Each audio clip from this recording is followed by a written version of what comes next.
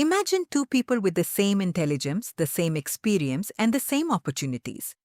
One constantly gets promotions, earns respect, builds powerful relationships, and rarely gets into unnecessary conflicts. The other is equally talented, but struggles with arguments, damaged relationships, and missed opportunities. The difference isn't intelligence, it's diplomacy. Diplomacy isn't lying, it isn't being fake, it isn't manipulating people. It's the art of getting what you want while making others feel respected. Whether you're negotiating a salary, dealing with family, managing friendships, or leading a company, diplomacy is often the difference between success and failure. Today, we'll explore how diplomacy works, why emotionally intelligent people use it, and how you can apply it in everyday life. Most people think diplomacy belongs only to politicians. In reality, every conversation is a small negotiation. Whenever two people have different desires, diplomacy begins. Diplomacy is balancing three goals: protect your interests, protect the relationship, avoid unnecessary conflict. Suppose your coworker made a mistake. You could say, "You messed everything up."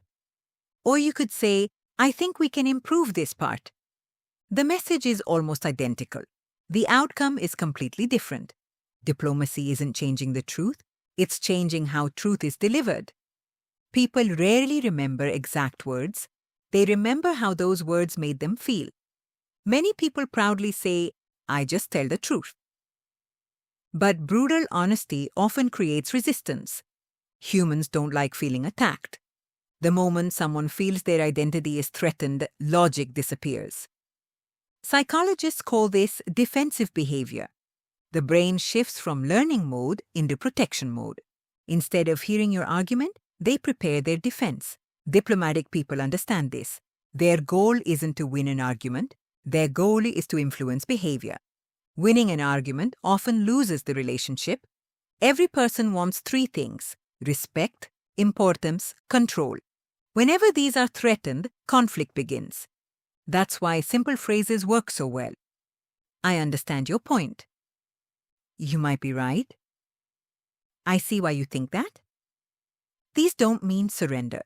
They lower emotional defenses. Only after people feel understood are they willing to understand you. Great diplomats spend more time listening than talking. Listening creates influence. Talking creates resistance. One of the biggest mistakes intelligent people make is correcting everything. Every wrong opinion, every mistake, every misunderstanding, diplomatic people ask one question: is this battle worth fighting? Sometimes preserving peace creates greater long-term influence. Silence is not weakness, it's strategy. If every conversation becomes a debate, people eventually stop listening. Choose the battles that truly matter. Questions are more powerful than statements. Instead of saying, "You're wrong," ask, "What makes you think that?" Instead of saying, "That won't work," ask, "How do you think we'll solve this problem?" Questions activate curiosity. Statements activate defense. The best negotiators ask far more questions than they answer. People trust conclusions they reach themselves. Diplomacy starts with emotional control. When someone insults you, your brain wants immediate revenge, but reacting emotionally gives away power. The calm person controls the conversation.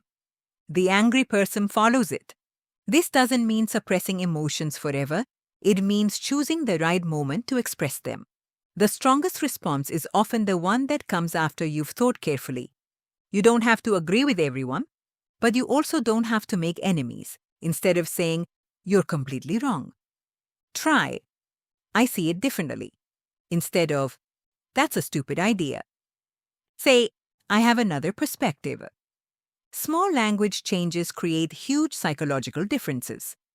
People are more willing to consider your opinion when they don't feel humiliated. Respect opens minds, humiliation closes them. Imagine asking your boss for a raise.